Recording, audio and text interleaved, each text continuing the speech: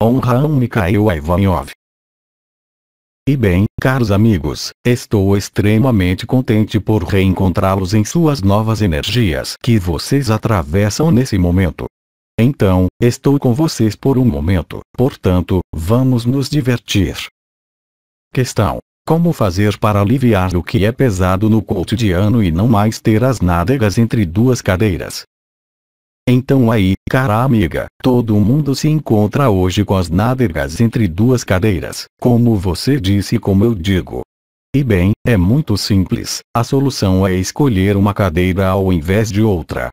De maneira inexorável, vocês serão obrigados, nos dias, nas semanas que vêm, a se decidirem de uma vez por todas sobre o que querem fazer.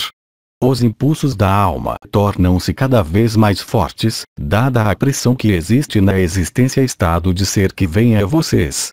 Vários sonhos, várias informações, várias intuições lhes empurram cada vez mais as nádegas sobre duas cadeiras. O problema é que as cadeiras se afastam cada vez mais e então, se não se quer cair, é preciso escolher. Lembrem-se que todo mundo lhes diz que vocês estão nos tempos reduzidos, então, vocês não têm que se projetar num futuro hipotético de saber o que irão se tornar dentro de 2 anos ou dentro de 3 anos, porque esse futuro não existe. Questão: é difícil escolher esta cadeira quando a atividade profissional faz viver. Compreendi bem, cara amiga, mas onde você coloca a inteligência da luz e a divina providência em seu caminho espiritual? Isso quer dizer que é seu mental que guia as renas lhe diz: atenção, se trabalho mais, como mais. E bem, todos aqueles que ousaram dar o passo, aperceberam-se, quando decidiram o que deviam decidir, que a divina providência e a inteligência da luz colocava tudo a trabalho para que nada, de falta, pudesse aparecer em suas vidas. Lembrem-se que o caminho da unidade é um caminho de plenitude. Não pode existir falta, a partir do momento em que vocês se conformam ao que quer a alma em vocês. É um problema de confiança. Questão: quando se abandona a luz, pode-se estar seguro de ser protegido quando da vinda dos terríveis eventos a vir? Eu diria mesmo que é o único modo de estar protegido, não há outros. Se vocês estão firmemente alinhados com seu eixo de alinhamento, com sua alma, com seu espírito, com a existência, com a luz, todo o resto desmoronar-se ao redor de vocês. O desafio que é, hoje, para cada ser humano sobre o planeta em encarnação, trabalhadores da luz ou não, é saber se vocês têm o suficientemente de fé, de confiança e de abandono na luz e em suas funções inteligentes. Questão: como vai se desenrolar o futuro?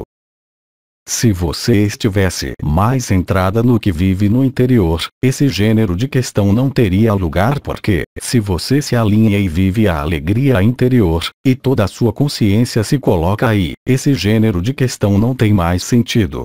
Porque, a partir do momento em que vocês são capazes de meditar, de se alinhar e de viver o estado de Samadhi, não há mais questão que se refira a esta dimensão, nenhuma. É o que lhes é solicitado a realizar, já, me parece, desde um bom tempo, não é? Todas as meditações que são realizadas desde vários meses agora, seja aqui ou em outra parte, acompanhadas tanto pelo Arcanjo Miguel, como ele disse, como por um dos Melquisedeques, são destinadas a ajudá-los a encontrar o Samadhi. Quando vocês estão no Samadhi, mais nada conta, exceto esta alegria interior. Todo o resto é a divina providência, não haja mais escassez nesta divina providência. Lembrem-se das palavras de Cristo quando ele dizia: deixem os mortos enterrarem os mortos, quando ele dizia: o pássaro preocupa-se com o que ele vai comer amanhã. É uma questão de escolha e, definitivamente, exagerando um pouco, certamente, o que é o mais importante, é seu estômago e seu teto, ou seu coração. Cada vez mais, esta questão vai se colocar com acuidade nas semanas que vêm. Tentem refletir nisso agora e ali colocar boas respostas. Questão: enquanto se está ainda encarnado, pode-se permanecer no Samadhi longos períodos? Eu não disse isso. Eu disse: A partir do momento em que vocês tiverem vivido o Samadhi ou o contato com a existência, uma vez, vocês sabem onde irão depois. E há uma inversão de prioridades. Efetivamente, o ser humano, enquanto está em sua consciência limitada, as prioridades são ter um teto, ter o que comer e ter uma segurança que é ilusória, sobretudo com relação ao que vem. Eu não falo mesmo enquanto terceiro dimensão normal.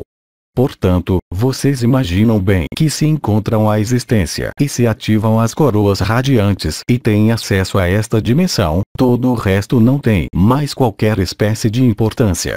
Aí, isso se chama a fé, porque, se vocês me dizem que têm medo do amanhã, que têm medo de não saber o que comer ou do que viver, vocês não experimentaram um nível de consciência ilimitado.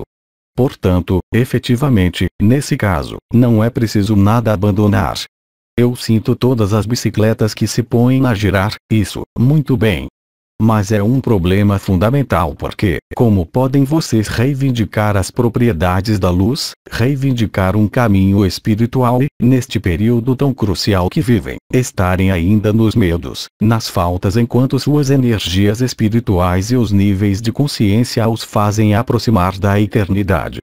E lembrem-se que as cadeiras estão se afastando e vem um dia em que vocês não terão mais as nádegas grandes o suficiente para estarem sentados sobre as duas, é inegável. Tudo que lhes falou o arcanjo Anael sobre o abandono, ele se expressou longamente nisso, na largura e transversalmente o que era, mas, hoje, mais que nunca, isso vai tornar-se atualidade. Vocês acreditam que quando meu mestre Bensadelnov me enviou à França sem um kopek, moeda russa, sem dinheiro nos bolsos, chegando em um país onde não falava a língua, isso foi fácil para mim? E eu tinha a fé. E o que me foi solicitado fazer, eu realizei. Não fui eu que realizei, foi a luz que me protegia, foi a luz que eu portava e nenhum outro. Então, os tempos não eram os mesmos. Hoje, vocês não estão em algo que vai durar toda uma geração, que vai durar toda a sua vida. Então, coloquem-se as boas questões. Jamais eu lhes diria, é preciso fazer isso ou aquilo, mas vocês devem assim mesmo colocarem-se as questões seriamente porque, lembrem-se, escolham o caminho da simplicidade, o caminho da simplicidade. Há também o caminho da resistência, aquele que os freia, aquele que os impede de ir para onde devem ir. Mas, enquanto a projeção se faz com relação a daqui a alguns meses, para daqui a um ano, para daqui a 2 anos, para seu futuro remoto, vocês não estão mais no instante e é um mental que toma os comandos, e a razão. O arcanjo Miguel, e nós todos, lhes dizemos, peçam. É preciso pedir para receber. Questão. Com relação ao que você anunciou no ano passado, as datas de intervenção dos arcanjos se precipitam. Por quê? Porque, como dizer, é importante que a luz se estabeleça de uma vez por todas, não ao nível temporal, porque a desconstrução assim mesmo durou mais de um ano e ela termina em fanfarra, como vocês o constatam. Nós temos, já, vocês têm e nós temos, uma certa forma de atraso. Eu os remeto ao período perturbado que ocorreu depois da irrupção das chaves metatrônicas em sua dimensão, onde constatamos uma forma de resistência que não era inerente à consciência do ser humano, mas a seu DNA, que atrasou, literalmente, o que deveria se produzir já desde um certo tempo. Então, de algum modo, há uma correção que se faz ao nível energético que não é devida aos arcanjos. Os arcanjos, em sua dimensão, e nós mesmos, nesta dimensão onde vocês estão, apenas nos adaptamos aos eventos. Nós desencadeamos fenômenos vibratórios e energéticos que, nós também, canalizamos mas, a um dado momento, somos obrigados a nos ajustar de algum modo, a nos adaptar ao que acontece sobre a Terra. E devo dizer que, agora, estamos felizes de ver que as coisas aceleram-se verdadeiramente, enfim. Questão. O mesmo trabalho se faz sobre todos os universos ocupados pelos arcontes. Então, é preciso bem compreender que a intensificação da tripla radiação e da tripla lareira em sua Terra, produz-se, de maneira conjunta, em diferentes sistemas solares e diferentes galáxias. Todas as galáxias que foram submetidas aos arcontes não evoluem segundo a mesma duração de ciclos, obviamente. Tudo depende onde estão situadas com relação à fonte, ou seja, com relação a Alcione, a filha das Pleiades. Mas, hoje, a fonte preparou, desde numerosos anos, uma qualidade de emissão vibratória que faz com que haja quase uma sincronicidade, certamente com defasamentos temporais, mas que são moderados. Por conseguinte, há um processo de liberação que se refere a um grande número de galáxias e de universos que tinham sido falsificados, mas não todos. Se querem, os arcanjos intervêm, durante lapsos de tempo, em diferentes tempos de diferentes universos, em revezamento de papel. Há conclaves que se reúnem também. Não são sempre os mesmos arcanjos e, sobretudo, não somos sempre os mesmos Melquisedeques. Nós temos o bastante a fazer com vocês. E entre nós, aliás. Questão: é difícil ocupar-se de nós? Digamos que não é difícil, mas necessita uma atenção e uma vigilância específica. Questão: por qual razão? Porque há seres, sobre a Terra, que amam brincar de esconde-esconde com a luz. Questão: vocês chegam a encontrá-los? Eles são todos encontrados, certamente. Mas o problema não são as pessoas, o problema é a interação no que permanece e que é chamado de franjas de interferências entre as radiações da luz ultravioleta, Espírito Santo, a fonte e as radiações emitidas pelos planos intermediários ao nível do sistema de controle da humanidade. Questão: se deixo o meu trabalho, como colocar-me ao serviço e o que dá um sentido? Então, isso é o mental que intervém. Como se pode colocar esse gênero de questão quando falei o que falei justamente antes? Quer dizer que você queria que se desse uma outra coisa antes de deixar a primeira coisa. Isso não funciona assim e não funcionará jamais assim. Não se pode encontrar a luz sem soltar o que não é a luz. Eu já expliquei que era também um macaco que colocava a mão num frasco de amendoins e que vê outros amendoins diante dele, mas ele não quer soltar os amendoins que estão na mão. Ele sabe que há amendoins em outro lugar, mesmo se não vê, mas ele não quer soltar. É o mesmo princípio. Se você procura certezas antes de efetuar mudanças que são impulsionadas pela alma, isso pode durar extremamente longo tempo. Agora, fala-se do trabalho, mas isso pode ser para não importa qual decisão, não é unicamente o trabalho. Para alguns, isso será outra coisa. Há os que vão trabalhar até o final dos tempos, há os que serão obrigados a esperar até o último momento e, para aqueles, não há impulso a mudar. Em contrapartida, se vocês são submetidos a impulsos de sua alma, da luz, para mudar e vocês resistem, vocês ficarão cada vez pior. E quanto mais se colocarem a questão da falta do que quer que seja com relação ao que há a mudar, mais vocês estarão mal, e isso é lógico. Vocês não podem reivindicar a luz e, de outro lado, não estar na luz, não é? Isso é lógico. Vocês veem toda a importância que toma tudo que lhes falou o arcanjo Anael no ano passado sobre o abandono à luz. Porque, aí, vocês são confrontados ao real, ao concreto, e não, na cabeça, a ideias futuras, porque agora ou dentro de pouco tempo. E cada um é tocado em diferentes domínios. Para alguns, isso será nos casais, para outros, isso será geográfico, para outros, isso será no trabalho, para outros, isso será com os filhos ou com os pais. Cada um tem um domínio de experiência, hoje, que deve estar entre. Você quer realmente ir para a luz ou quer permanecer na sombra? Vocês viveram a luz, algumas manifestações da luz. Vocês fizeram a escolha da luz, mas, entre fazer a escolha e materializá-la, há uma distância, não é? E bem, agora, vocês estão, como se diz, ao pé do muro. E não somos nós que os testamos, são vocês mesmos que se testam a vocês mesmos com relação à luz. Questão: as pessoas que deixam esse plano têm acesso diretamente às novas dimensões. Como poderiam ter acesso a uma dimensão que não está ainda nascida, parida, ao nível da Terra? Eles se juntam, alguns, ao estado de ser, e esperam na existência, ou seja, no Sol.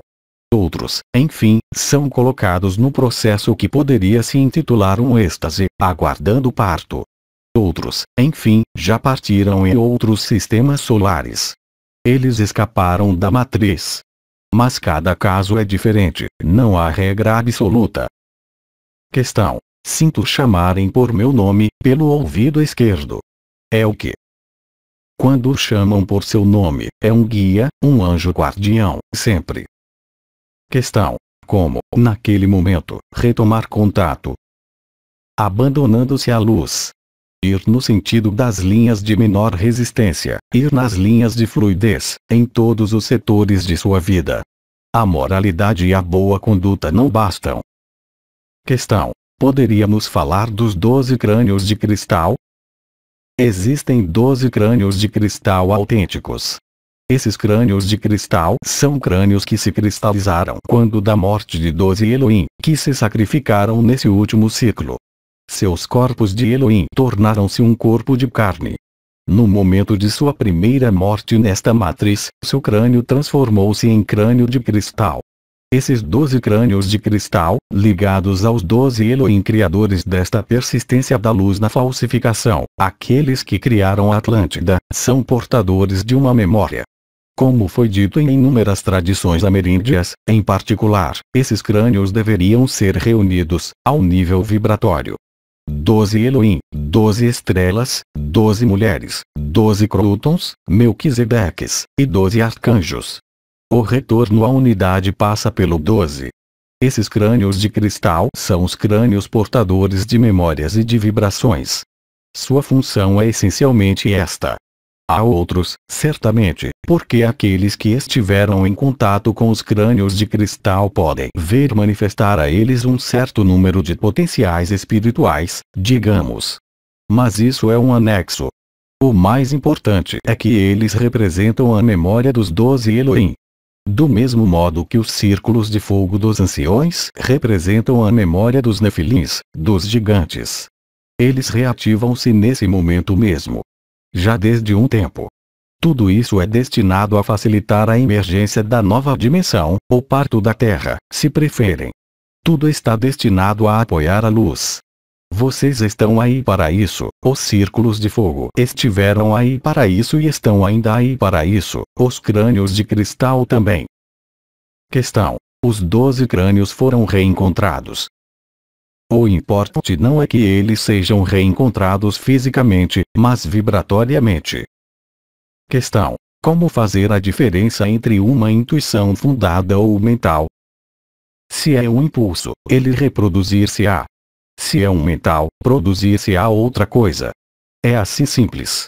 Um impulso é algo que volta sem parar, não é um mental. Se você diz: não, a razão me diz que é preciso que eu permaneça aí, que continue meu trabalho, preciso disso, preciso de tal pessoa e depois, você se levanta pela manhã e ainda a ideia de fazer algo está lá, isso é o impulso. O mental não age do mesmo modo. O mental vai girar em anel. Faço isso. Faço aquilo. O impulso da alma, você se levanta pela manhã ou de um golpe, a coisa chega, não há discussão. Você não se coloca a questão, no mesmo momento do impulso. Depois, você pode descer ao nível do mental. Está bem, não está bem. Mas, no momento do impulso, é extremamente preciso e claro. Depois, o mental vai voltar, certamente, mas, no momento do impulso, o impulso é definido como algo claro e preciso, no momento em que ele se produz, certamente.